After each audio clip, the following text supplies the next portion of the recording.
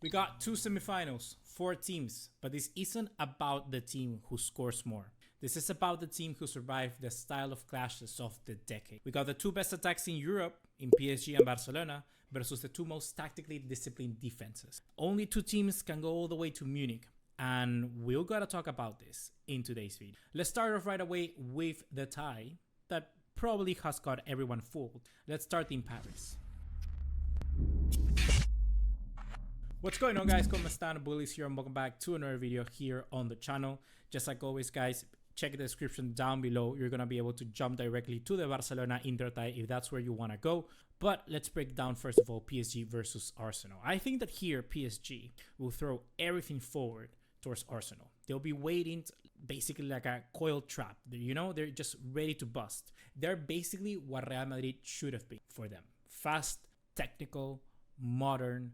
I think all of those things, Luis Enrique's team, whatever he has developed there at PSG this season so far has been incredible. I think this has been one of the best turnarounds we've seen throughout a season. The dynamic front four that they have with Dembele, Kvaratskhelia, Doué, and Barcola, even if he enters in any of the three positions, really can give some sort of problems to Arsenal defense. Arsenal here, I think, it still remains to be one of the best organized teams in this competition. I think they are good at making these teams look a little bit useless. So certainly it's going to be a little bit of a debate about whether the talent of PSG and their explosive ability will be good enough to break down the perfect structure of what Arteta is being building here at Arsenal. Because we know that Arsenal is such a difficult team to break down when it comes to those set pieces, when it comes to organizational play, and when it comes to transitions. They just are so fast to get back into a defensive setup, and they might not give PSG even a chance to counter. Most people will think that PSG playing the first game at home is no big deal, but that flips entirely the scenario for me. You know, Arsenal closes the tie at London and PSG then have to survive at the Emirates. And we saw that what Arsenal can do at the Emirates, it's pretty difficult. It can be pretty intense. We saw what happened to Real Madrid, and it seems that since they don't have anything else to battle for in the Premier League, they certainly want to turn up for Europe. This isn't a neutral two-legged tie. This is a setup for Arsenal for me to kill PSG out in the second leg. I think that it really benefits Arsenal and the way that they play, the structure that they have to go there to the Parc des Princes and try to get a result. I think that this time around, without the away goals and how it's shaping up to be, I think Arsenal are very much suited to playing even more so like how they did against Real Madrid, where they know they can get a result and then even play from that. So if they're able to still get a result, imagine in Paris, and bring that home, I think they're almost certainly going to go through. I think PSG now have to decide to try and make something very different, so it doesn't happen very similar to what it did with them with Liverpool. Liverpool is a very similar scenario to Arsenal, I think, where they went all out in Paris and they couldn't get the win. They lost, and then they had to go to Anfield and get the win through penalty. If I'm Luis Enrique, if that's what it takes, sure, you know, bring it to me. I want to get to the final. But that shouldn't be where we're looking at. I certainly would want to try and win the game in the first leg, or at least try to give the best performance that I can there and get a result. There's a problem though for Arsenal. There's a problem that could collapse the whole plan that I've been talking about, and it's going to be sitting in the stands. That is Thomas Partey is going to be suspended. And Mikel Merino, we know that he's been stuck playing a striker. He's stuck there because he's doing incredibly well. Declan Rice is going to be a little bit isolated. I think that Thomas Partey and Declan Rice were the best players in the two ties against Real Madrid. I really do think that Partey was up at that level. I was quite surprised with the sort of ground that he covered. I think he was out of this world, constantly recovering the ball, progressing the ball forward, closing down spaces. He was really good pressuring and very much starting that pressure from Arsenal to try and win the ball back as soon as possible. He was very good there. And I think that without that, maybe PSG will try to outrun and could outplay Arsenal. Because let's remember that PSG's midfield this season with Vitinha, with Joao Neves and Fabian Ruiz basically is what generates the play for them. We know that Luis Enrique is a very midfield-centric sort of manager. Comes from the school of Pep and from all of those. So Arteta will have to find a way. Is he gonna push Miles Lewis Kelly into the midfield? Is he gonna bring in Jorginho? Is Jorginho going to be at the level or the quality of somebody like Thomas Partey? Is Mikel Merino gonna drop to the midfield? And then who's gonna be playing next to Declan Rice? Who's gonna be playing as a striker? It changes a lot of things just because of that suspension. So I think that Arteta will have to think about it. Right now, at the moment that this game is going to be played, I think that PSG by far has the better midfield in sense of the players that they have available to them. Thomas Partey does make a huge difference. Let's be completely honest. It really, really does. I think the gulf in difference between Partey and the next best player is massive because, like I said, it changes everything. You have to push Merino back to the midfield. That's what I would do.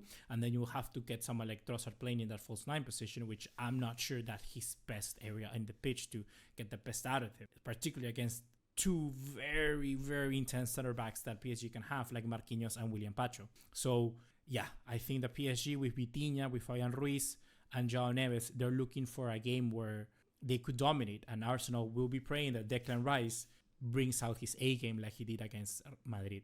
In the sense of PSG, they do have a very big weakness. And it was already on display, you know what, against Aston Villa. They nearly got humiliated by Emery and Villa. That's the PSG backline. It's disorganized in transition with two high fullbacks in Nuno Mendes and Hakimi. They're very, very fragile under pressure. They're very, very fragile. And if Aston Villa had a little bit more composure, I'm sure PSG will be watching from home.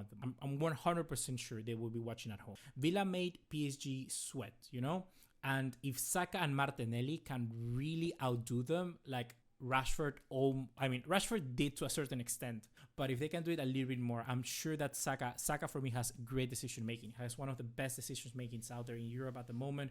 Martinelli with his speed can really cut through them, and he's basically going to be in the area of the field where we know Hakimi likes to play. So Hakimi will be mostly be left to defend if that's what they can do. But this will rely a lot, like I said, in the midfield. So whoever is winning the midfield battle will end up seeing the results of their fullbacks being exposed.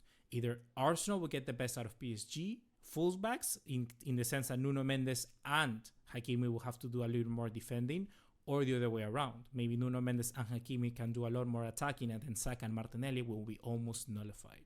These ties are going to be tight. They may be way closer than what the highlight reels suggest. You know, it may be very similar to what we saw from PSG and Liverpool. Maybe a 1-0 win here and there, and then something very tight in the return leg. I think that Arsenal's maturity so far this competition has really changed my mind about them. I think they have the control of the advantage of the home leg. The result so far is in control for them. And I think the defensive discipline they've shown, even with players that are sort of off rotation, like Kivior coming in, Kivior putting two amazing displays against Real Madrid, and I never would have anticipated that. It really showed that Arsenal are quite mature. I think Arsenal won't really outplay PSG, but they will outlast me, and that's very much a different question. I think this is the moment where Arsenal really once again get the chance to potentially become European giants. Let's wait and see, because my prediction is that Arsenal gets past PSG and they will make it to the final. In the next semi-final, we have Inter versus Barcelona. This is control versus absolute chaos. Inter de Milan plays football like, I would say, a little bit like chess. Barcelona plays a little bit like jazz. This is a matchup of beautiful violence. That's the best way I can describe it. Inter's compact shape and Barcelona's wild fluidity with Jamal, Pedri, Rafinha, the runners. Now Ferran Torres is going to be playing. We're going to talk more about it later on in today's video. I think that definitely is going to be quite a test for Barcelona. The two styles really mesh quite good together. For Inter, Barcelona are the worst team that they could have played. And for Barcelona, Inter are the worst team that they could have. Inter so far definitely, I think, are the best team left alongside Barcelona. I think those two are the best teams in the competition, in my opinion. I think if we had to rank all the four teams, would be Barcelona, Inter, PSG, and Arsenal, in my opinion, in terms of how good they are. But that's a discussion for another video. Barcelona, I think the most important player right now, or to make this team work, actually, it's not Lewandowski. People are going to be pointing out to Lewandowski not being there, and that's a huge, huge miss. Do not get me wrong, that's a huge miss. But actually the player that I'm most worried about, that I hope that can return for the second leg, it's Alejandro Balde. It's the left back. Balde is such a crucial player for Barcelona because it really affects Rafinha's freedom to move. It really affects the defensive balance that he has for the left-hand side and the width that he can give to the team in attack and also in the defense. Balde is one of the best dribblers in the team. He's one of the best players going forward. It's a player that gives so much width to the team in attack that I think he's irreplaceable. Gerard Martin can do as much as Gerard Martin can do, but is nowhere near. Even Hansi Flick admitted to that. He said Gerard Martin has improved a lot, but Alejandro Balde is one of the best left backs in the world. It's a huge gulf in difference in quality. And Barcelona are very much going to struggle without him. Balde gets the best out of the area around him in the field, but also gets the best out of the other players surrounding him. And I think that's something that is not being talked about. If Balde is able to play one of the two legs, I think Barcelona will have not an advantage, but certainly can rest assured that the plan that Hansi Flick wants to put forward will happen. The problem is that without Alejandro Balde, they do not have a player that is able to do that job. It changes completely what Flick wants to do. It changes his strategy that they've been playing all throughout the season. They're completely a different team without. It's so different. It really, really is. It matters quite a lot. If not, they're exposed. Balde this season has single-handedly been, for me, the most important piece in the system right now. I know Pedri is such a crucial player. Of course he is. But we're going to have the luxury of having him. Just watching with my own eyes, not having Balde there, the gulf in difference on quality to the next best player is so different. It's so massive. The other thing that we have to talk about in sense of Barcelona is that, of course, there's another tactical curveball coming in. And it looks a lot like Ferran Torres is gonna have to be the number 9. Lewandowski out due to a hamstring injury. Ferran Torres in. It's a completely different profile of a striker. We're talking about pressing. We're talking about false 9 movements. We're talking a player who, yes, does better in tight spaces, but will need equally space to attack, to finish. I don't think Ferran Torres has the same movement within the box in tight areas like someone like Lewandowski. He doesn't have the physical presence, doesn't attract as many defenders too. He doesn't have that gravitational pull that someone like Lewandowski will. You see the 2 goals that Lewandowski scored in the first leg against Dortmund. Ferran Torres won't score them. He simply won't. Lewandowski might pull out goals out of absolute nowhere. You know, we're talking about 36-year-old, one of the best goal scorers in the history of the sport. And without him, it's a tremendous miss. Our chances diminish by a substantial margin. I really do think that. And Ferran Torres is really going to have to put out there one of his best performances. He has to be fit. He has to fight for every ball. And he has to give his 100%. Playing just Lewandowski against a back 3 was always going to be a difficult task. And now not even having one of the best strikers in the history of the game and having Ferran Torres instead, I don't know. I trust the Shark, but it's a very difficult task in front of him. To give you a silver lining about the game, about Inter particularly, Inter's defense, they get all the praise. But I think that Bayern Munich in their latest game showed us the blueprint. Inter struggles with late runners and overloads in the half spaces. They really struggle. Since they have Di Marco, they have Dumfries or Darmian very high up in the field.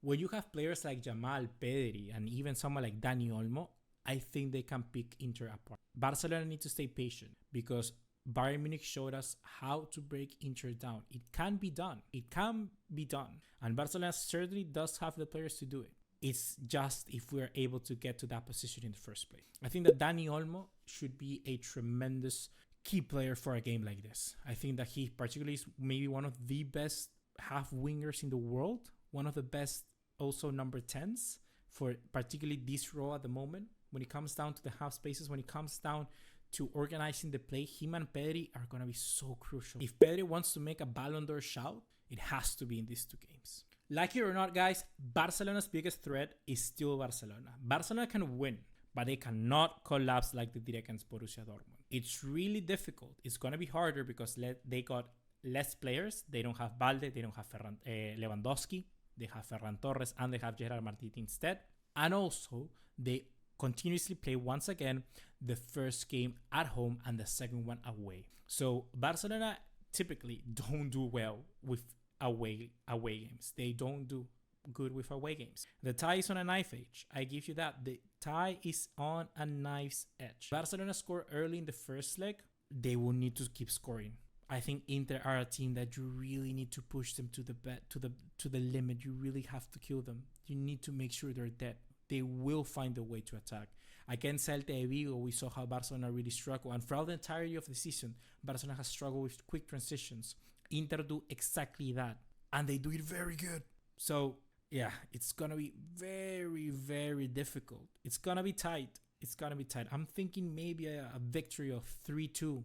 Something really, really tight in aggregate. 3-2 in aggregate. Barcelona goes through. That's gonna be my prediction, guys. I'm really not sure. Is this finally the year that Barcelona can learn how to manage two-legged ties? Because against Dortmund, Barcelona went through, but I'm not sure that they learned how to manage it, because they didn't. You know how to manage a two-legged tie is what Arsenal did against Real Madrid. They managed a two-legged tie, not Barcelona. They did. So with that being said, guys, who is taking the flight to Munich? Well, I did say it. Between PSG and Arsenal, I think Arsenal are going through. And I think between Inter and Barça, I think Barça are going through. This won't be a normal Champions League final. I can guarantee you that. This will be a war of philosophy. Two teams that like to hold the ball, but likes to do two very different things with it. One defend, one to attack. Flick versus Arteta. I'm pretty sure this final, if it happens, the way I'm supposedly predicting it will, is going to be very entertaining.